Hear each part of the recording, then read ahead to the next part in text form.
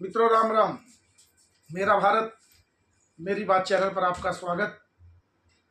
आज के इस अंक में हम बात करेंगे कि क्या केदारनाथ में सोने का गबन हुआ है और जो एक शंकराचार्य के दायित्व पर हैं स्वामी अविमुक्तेश्वरानंद जी महाराज, उस विषय पर, क्योंकि बड़ा अधीर विषय भी है और बड़ा जानकारी का विषय भी है सनातन के लिए। एक आरोप लगा कि जो केदारनाथ मंदिर में किसी एक भक्त ने सोने की कुछ प्लेटें लगवाई, उस विषय पर बात करेंगे। लेकिन उससे पहले बात करते हैं स्वामी अविमुक्तेश्वरानंद जी महाराज, जो कि शारदा पीठ के शंकराचार्य भी हैं। वो किस तरह बने हैं, क्या बने हैं, वो विषय बाद में रहेगा कि उसके पीछे की कहानी क्या है। लेकिन बहुत से सनातन लोगों को, जो धर्म को माने, उनको पीड़ा भी हुई कि हर समय जब भी कोई विषय आता है तो ये जो शंकराचार्य के दायित्व पर बैठे हैं अविमुक्तेश्वरानंद जी महाराज, ये हर बार कुछ ना कुछ ऐसा बयान देते हैं जिससे लगता है कि उनकी कुछ मंशा ठीक नहीं है। अभी वो एक शादी में थे, अनंत अंबानी जो मुकेश अंबानी के बेटे हैं, उनकी शादी में थे वो, तो बहुत से लोगों ने उनका मजाक भी उड़ाया। कहा कि आप लोग राम मंदिर के लिए तो आपके पास समय नहीं था। आप कह रहे थे कि 2 शंकराचार्य 4 शंकराचार्य एक स्थान पर नहीं रह सकते, शास्त्र सम्मत नहीं है। लेकिन शंकराचार्य दो उस शादी में क्या कर रही थी, जबकि शादी एक दिन पहले थी, अगले दिन वो आशीर्वाद समारोह था उनके घर। और बड़े अच्छे ढंग से हिंदू परंपराओं को निभाते हुए मुकेश अंबानी ने अपने बेटे की शादी की और बहुत बड़े बड़े संत उस शादी में सम्मिलित भी हुए। और बहुत से लोगों ने इसका, क्योंकि पीड़ा थी उनके वक्तव्यों को लेकर, क्योंकि वो राम मंदिर में उन्होंने बड़ा अड़ंगा डाला था बनने में। लेकिन किसी की शादी में संतों का जाना गुनाह नहीं है, अच्छा ही है। भगवान राम जब मानव रूप लेकर विष्णु भगवान राम के रूप में आए, उनकी शादी हुई तो उस समय बड़े बड़े संत, ऋषि वशिष्ठ,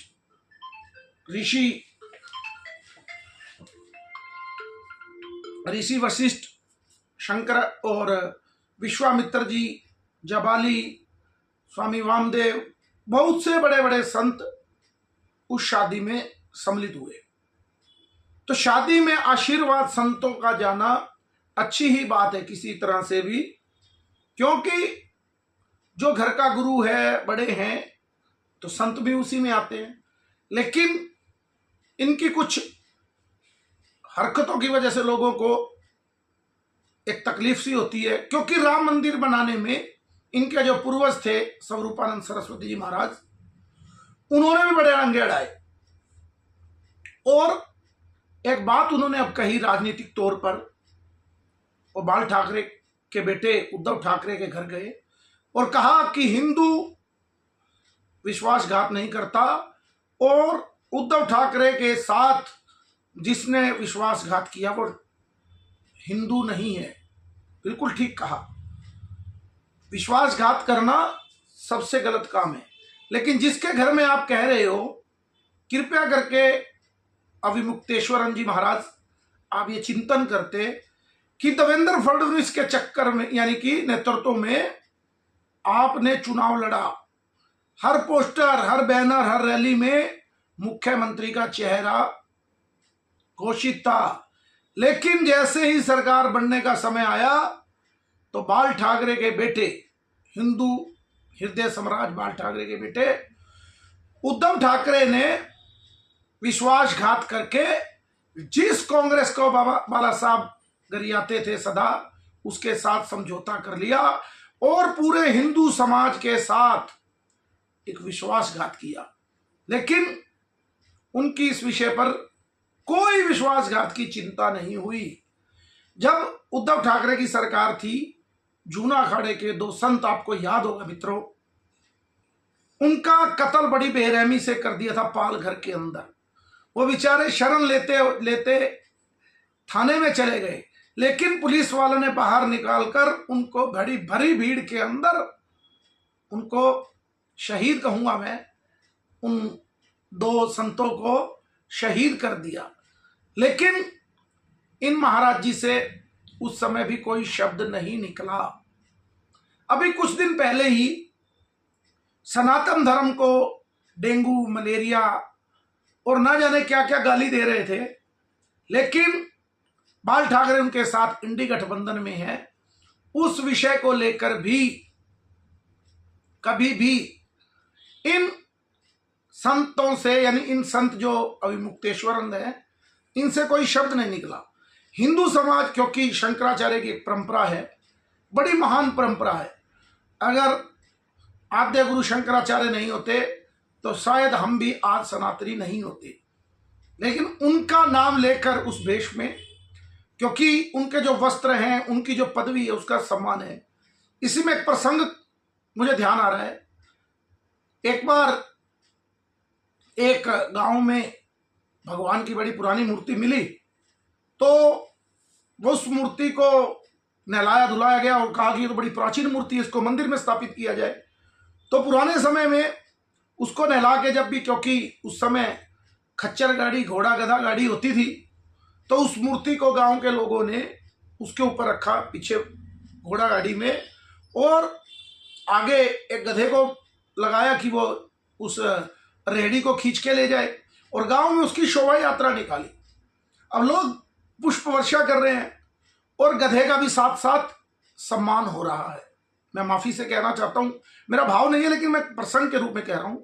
उस गधे का भी सम्मान हो रहा है, और उस गधे को जैसे शादियों में दूल्हा घोड़ी पर बैठता है तो माताएं बहनें उसको दाल खिलाती हैं और पकवान खिलाती हैं, तो गांव के लोगों ने उस गधे को भी बड़े पकवान खिलाए, उनकी पूजा की, क्योंकि आरती की थाली घूमेगी तो पूरी पालकी में ही घूमती है वो।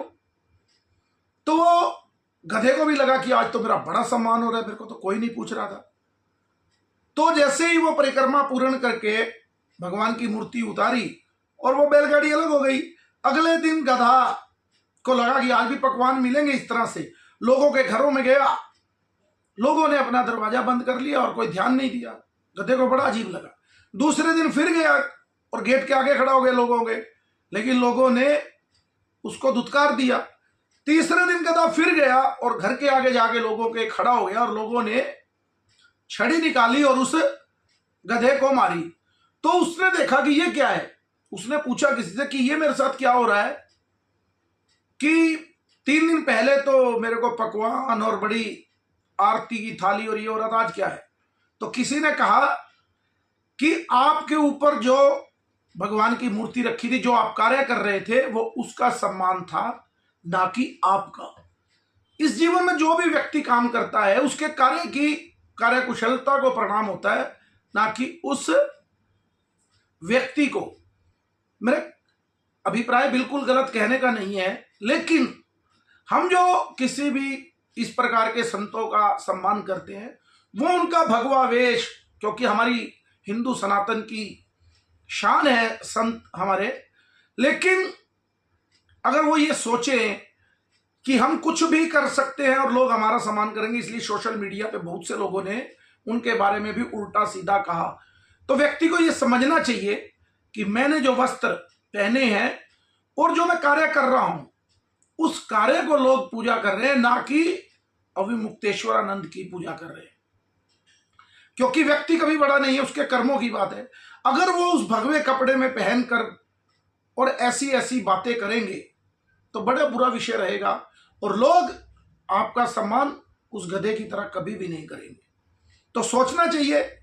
एक और विषय केदारनाथ मंदिर का, जैसे मैं अभी बात कर रहा था, वो आया, किसी ने आरोप लगाया अभी कुछ समय पहले, कुछ सोने की प्लेट, क्योंकि मुझे केदारनाथ बद्रीनाथ हर साल जाने का सौभाग्य मिलता ही है, देखा है हमने भी, कुछ प्लेटें वहां पर चांदी का तो सोने की जैसी परत चढ़ा देते हैं, इसी तरह नीचे तांबे की प्लेटें लगाकर ऊपर सोने का पानी चढ़ाया गया और उसकी कुल रकम 14.3 करोड़ रुपए है।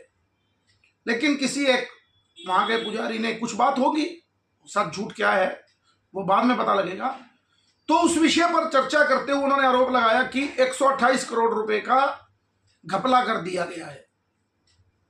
तो सरकार ने जांच बिठा दी और ये अविमुक्तेश्वरन जी महाराज उस लड़ाई में भी कूद पड़े, उस लड़ाई में भी कूदे और कहने लगे कि ये घपला हो गया, जबकि टोटल उस पे रकम 14.3 करोड़ रुपए एक किसी सेठ ने दी है, उसकी रसीद है, सब कुछ है। और विशेष बात ये कि जब ये प्लेटें लग रही थी, जिस शादी में अनंत अंबानी की वो तथाकथित शंकराचार्य गए हैं, वो अनंत अंबानी भी उसी मंदिर समिति का सदस्य था उस समय। वो लोग 1500 करोड़ को कुछ नहीं समझते, ये तो 14 करोड़ की प्लेटें, और आपने घपले का भी आरोप लगा दिया उसी समय। लेकिन सरकार ने, अगर किसी ने भी आरोप लगाया तो पुष्कर सिंह धामी की सरकार ने एक जांच कमेटी बना दी और वो जांच हो रही है, दूध का दूध पानी का पानी। लेकिन आप इतने बड़े दायित्वों पर बैठकर केवल सनातन क्या, क्यों? क्योंकि केदारनाथ में आज के युवाओं का जो क्रेज है बहुत बढ़ गया, जिसको देखो वही उज्जैन महाकाल, काशी विश्वनाथ और केदारनाथ की ओर दौड़ना चाहता है। तो मुझे लगता है इन लोगों से यह बात सहन नहीं होती, क्योंकि आपको ध्यान होगा, बड़ा विषय चल रहा है कि 40 वर्ष से एक चाबी गुम हुई है केदार, उसकी जगन्नाथ महाप्रभु जो उड़ीसा में है उनके खजाने की।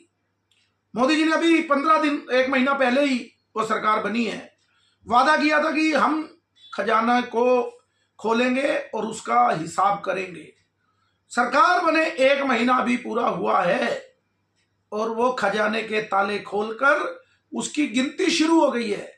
लेकिन ऐसे तथाकथित शंकराचार्य जी के मुख से उस तारीफ में नहीं निकला कि 40 साल से उस खजाने को उससे पहले किसने लूटा, क्या था उसके अंदर, क्या है, कौन सा घपला हुआ है इस बारे में। क्योंकि एक शंकराचार्य का पीठ, गोवर्धन पीठ उड़ीसा में, जगन्नाथ में भी है, पुरी में भी है, लेकिन उसके लिए इनके मुंह से कोई बात नहीं निकलती। लेकिन पीड़ा हम सनातनियों को इस बात की है कि इन जैसे लोगों की वजह से, क्योंकि हमारी बड़ी श्रेष्ठ परंपरा है हमारे गुरुओं की, आज भी हमारे लोग बहुत कह देते हैं हम भी गुरुओं के संग और संतों के संग रहे हैं। इतने श्रेष्ठ लोग, वो लोग हमारी जो भावनाएं हैं उसको स्वीकार करते हैं, इतना प्रेम से रखते हैं अपने शिष्यों को और कितना स्नेह देते हैं और हमारी भारतीय संस्कृति को संजो कर रख रहे हैं। लेकिन इन लोगों की वजह से उन लोगों को भी अपमानित होना पड़ता है। क्या करें? कालनेमी था, हनुमान जी जब संजीवनी लेने गए तो उस समय भी एक कालनेमी ने उनके कार्य में, यानी अच्छे कार्य में बाधा डालने के लिए काम किया। जब भी अच्छा कार्य होगा तो कालनेमी किस रूप में आया? संत महात्मा के रूप में। और सीता माता को हमने क्या कहा है? भक्ति स्वरूपा। राम प्रभु है, लक्ष्मण जीव है, और बीच में जब वो वनवास का दृश्य बनता तो बीच में कहते हैं कि भक्ति है, सीता माता भक्ति है। और भक्ति को हरने के लिए भी रावण को इसी संत, यानी एक भगवे का वेश, इसी महात्मा का वेश लेना पड़ा। यानी कि कई बारी अच्छे कार्य को रोकने के लिए भी कुछ इस प्रकार के कालनेमी आते हैं, और भक्ति का हरण करने के लिए भी कि लोग भक्त ना बन जाए ज्यादा और भक्ति को चुराना है उनकी, तो इस प्रकार से रावण जैसे लोग भी इस भगवे कपड़े में कुछ लोग शामिल हो जाते हैं।